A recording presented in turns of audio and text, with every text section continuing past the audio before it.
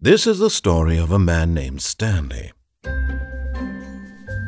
Stanley worked for a company in a big building where he was employee number 427. Employee number 427's job was simple. He sat at his desk in room 427 and he pushed buttons on a keyboard. Orders came to him through a monitor on his desk, telling him what buttons to push, how long to push them, and in what order. This is what employee 427 did every day of every month of every year. And although others might have considered it soul-rending, Stanley relished every moment that the orders came in, as though he had been made exactly for this job. And Stanley was happy. And then one day, something very peculiar happened. Something that would forever change Stanley. Something he would never quite forget. He had been at his desk for nearly an hour when he realized that not one single order had arrived on the monitor for him to follow. No one had showed up to give him instructions, call a meeting, or even say hi.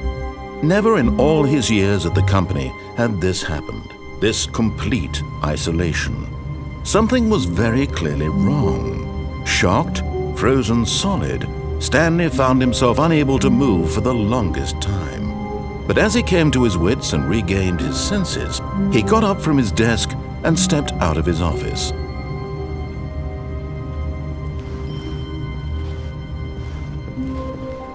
All of his co-workers were gone. What could it mean? Stanley decided to go to the meeting room. Perhaps he had simply missed a memo. No matter how hard Stanley looked, he couldn't find a trace of his co-workers.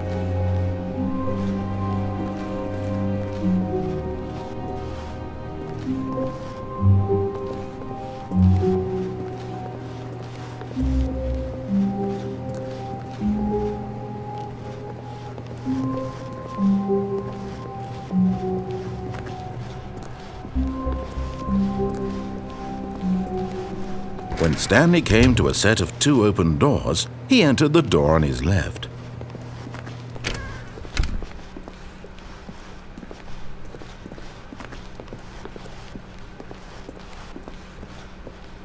Yet there was not a single person here either.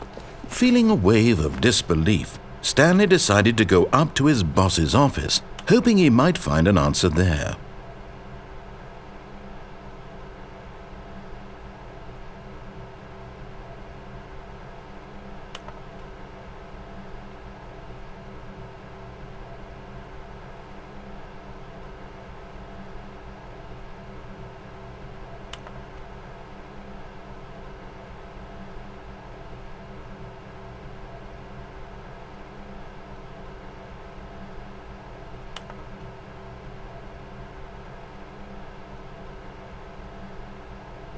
Stanley just stood there doing nothing at all. He seems to think I have nothing better to do with my time than to sit around and describe every fascinating little detail of his inability to do anything.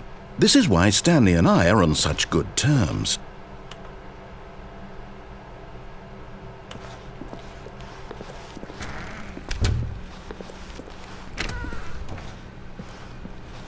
Stanley stepped into the broom closet, but there was nothing here, so he turned around and got back on track.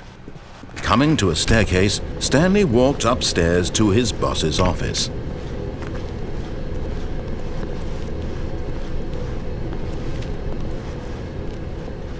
But Stanley just couldn't do it. He considered the possibility of facing his boss, admitting he had left his post during work hours. He might be fired for that. And in such a competitive economy, why had he taken that risk? All because he believed everyone had vanished? His boss would think he was crazy. And then something occurred to Stanley. Maybe, he thought to himself, maybe I am crazy. All of my co-workers blinking mysteriously out of existence in a single moment for no reason at all? None of it made any logical sense. And as Stanley pondered this, he began to make other strange observations. For example, why couldn't he see his feet when he looked down? Why did doors close automatically behind him wherever he went? And for that matter, these rooms were starting to look pretty familiar. Were they simply repeating? No, Stanley said to himself, this is all too strange. This can't be real. And at last, he came to the conclusion that had been on the tip of his tongue. He just hadn't found the words for it. "I'm dreaming!" he yelled. "This is all a dream." Oh, what a relief Stanley felt to have finally found an answer, an explanation. His co-workers weren't actually gone. He wasn't going to lose his job. He wasn't crazy after all. And he thought to himself, I suppose I'll wake up soon. I'll have to go back to my boring real-life job pushing buttons. I may as well enjoy this while I'm still lucid. So he imagined himself flying and began to gently float above the ground. Then he imagined himself soaring through space on a magical starfield, and it too appeared. It was so much fun, and Stanley marveled that he had still not woken up. How was he remaining so lucid? And then perhaps the strangest question of them all entered Stanley's head. One he was amazed he hadn't asked himself sooner. Why is there a voice in my head dictating everything that I'm doing and thinking? Now the voice was describing itself being considered by Stanley, who found it particularly strange. I'm dreaming about a voice describing me, thinking about how it's describing my thoughts, he thought. And while he thought it all very odd and wondered if this voice spoke to all people in their dreams, the truth was that, of course, this was not a dream. How could it be? Was Stanley simply deceiving himself, believing that if he's asleep, he doesn't have to take responsibility for himself? Stanley is as awake right now as he's ever been in his life. Now, hearing the voice speak these words was quite a shock to Stanley. After all, he knew for certain, beyond a doubt, that this was in fact a dream. Did the voice not see him float and make the magical stars just a moment ago? How else would the voice explain all that? This voice was a part of himself too. Surely, if he could just... He would prove it. He would prove that he was in control, that this was a dream. So he closed his eyes gently, and he invited himself to wake up. He felt the cool weight of the blanket on his skin, the press of the mattress on his back, the fresh air of a world outside this one. Let me wake up, he thought to himself. I'm through with this dream. I wish it to be over. Let me go back to my job. Let me continue pushing the buttons. Please, it's all I want. I want my apartment and my wife and my job. All I want is my life exactly the way it's always been. My life is normal. I am normal. Everything will be fine. I am okay.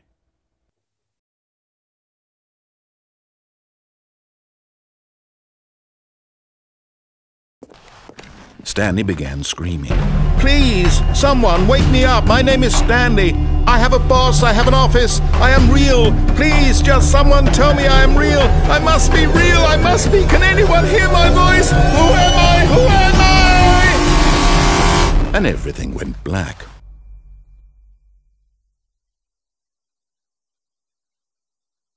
This is the story of a woman named Mariella.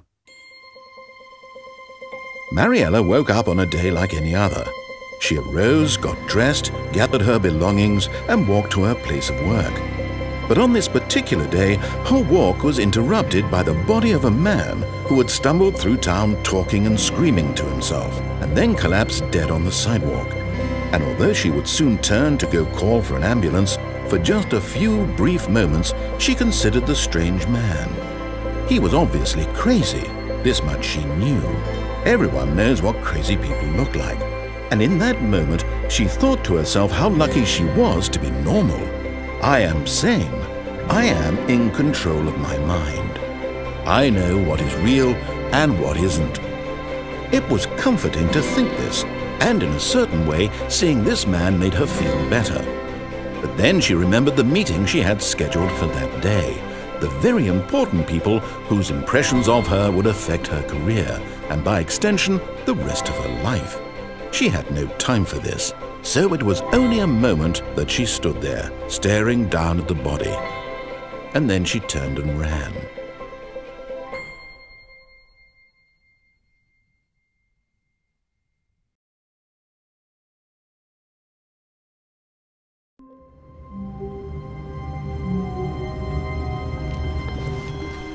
I can't wait to tell this story to my co-workers, Stanley thought. How amusing they'll find it. Oh, won't we all just laugh and laugh at the time I thought everyone had gone missing.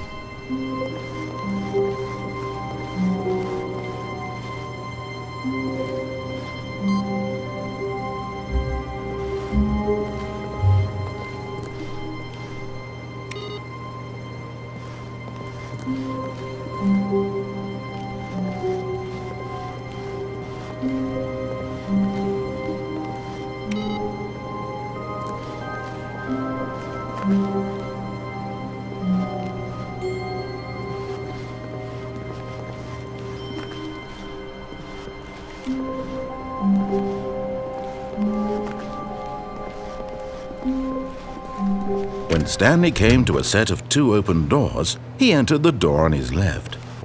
This was not the correct way to the meeting room, and Stanley knew it perfectly well. Perhaps he wanted to stop by the employee lounge first, just to admire it. Wow, yes, this room. What a beautiful room. What a gorgeous, gorgeous room. Thank goodness Stanley had taken this detour on his way to the meeting room. Life without having experienced this room was now too horrible even to consider. But eager to get back to business, Stanley took the first open door on his left.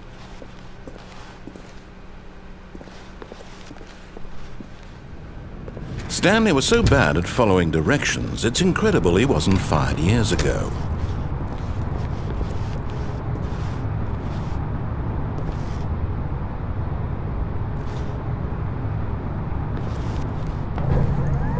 Look, Stanley, I think perhaps we've gotten off on the wrong foot here.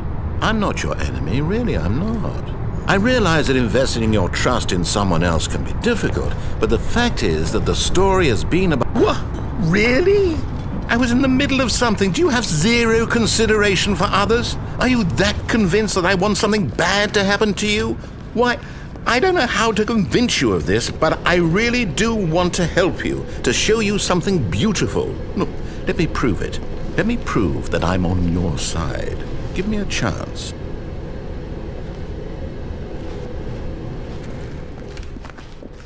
Now listen carefully, this is important. Stanley walked through the red door. Aha, perhaps you misunderstood.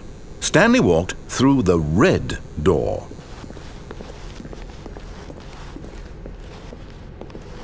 I still don't think we're communicating properly. Stanley walked through the red door. All right, fine, go ahead, Stanley. You want to know so badly what's out there? You want to find out what lies at the end of this road you've chosen? Well, don't let me stop you. You see? There's nothing here. I haven't even finished building this section of the map, because you were never supposed to be here in the first place. Broken rooms, exposed developer textures. Is this what you had wanted? Was it worth ruining the entire story I had written out specifically for you? Do you not think I put a lot of time into that? Because I did. And in the end, it was all for nothing, because this is what you wanted to see. Help me here, Stanley. Help elucidate these strange and unknowable desires of yours. What would have made this game better? What did you want to see? Vehicles? Skill trees? Work with me. You've given me absolutely nothing so far. Tell you what, let me take a stab in the dark at a new design, and you can give me some feedback.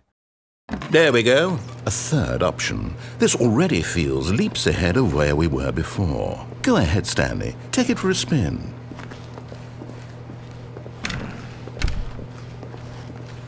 Okay, I'm going to stop you there. Now, tell me about your experience with this new version. Would you say that the game benefited from allowing you more choices?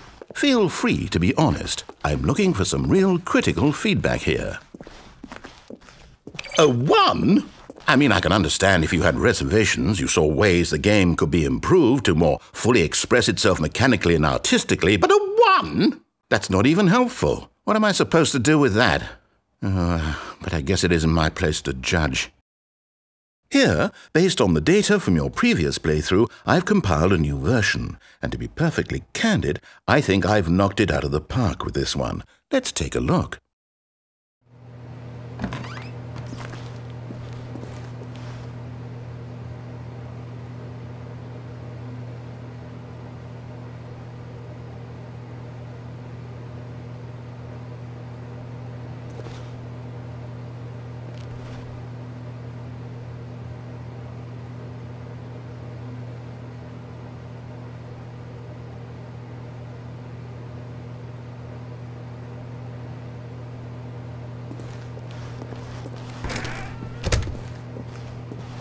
Now, would you say that competitive leaderboard helped you feel motivated to keep walking through doors? Again, honest answers, please. Hey, I nearly forgot. I've got a prototype of a new game I've been working on, and now would be a lovely opportunity to give it some playtesting.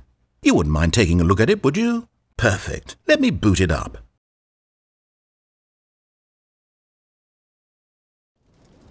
In this game, the baby crawls left towards danger. You click the button to move him back to the right, and if he reaches the fire, you fail. It's a very meaningful game, all about the desperation and tedium of endlessly confronting the demands of family life. I think the art world will really take notice. But of course, the message of the game only becomes clear once you've been playing it for about 4 hours. So why don't you give it 4 hours of play to make sure it's effective? Be sure to keep notes on your experience.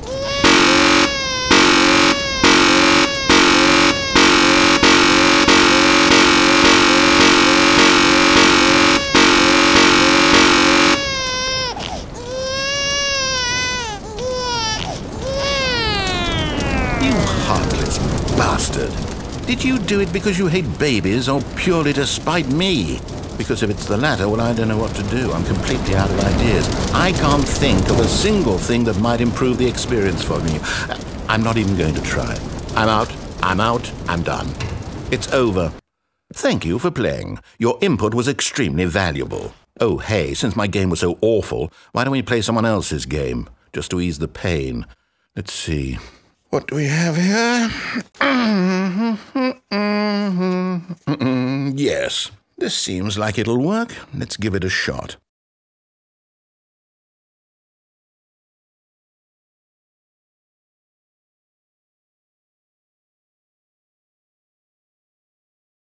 Well, Stanley, is this any better?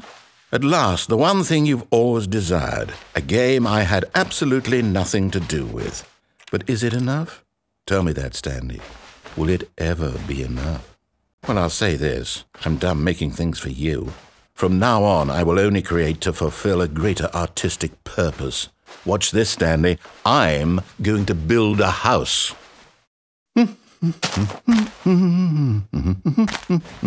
This will go here. No, here. And then...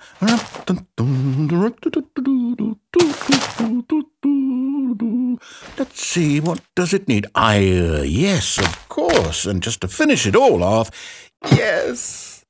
It's complete. I made this, Stanley. Look at it. Gaze upon my work of art and feel ashamed at your own inadequacy. Ah, but you've only seen it from the outside. You've only gotten half the experience. Please, step inside and make yourself comfortable.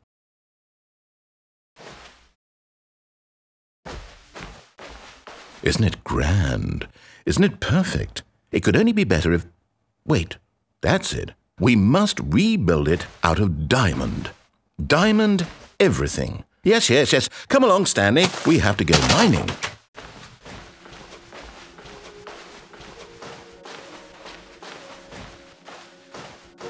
Oh my, it looks like it's going to get a bit dark. Have you brought a light?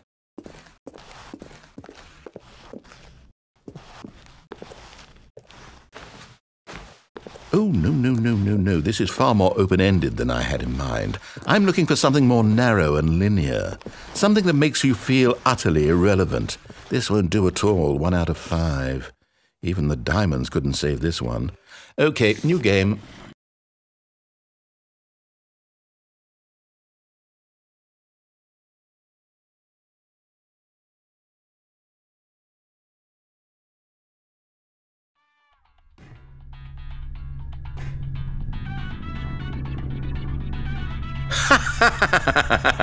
Yes! I don't even know what this game is, but I love it.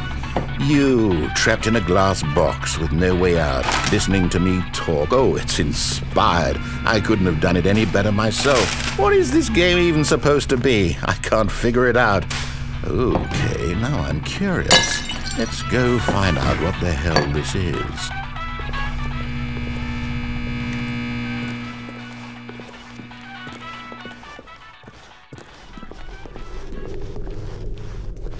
Oh, it's a puzzle. Critical thinking, Stanley. Your forte.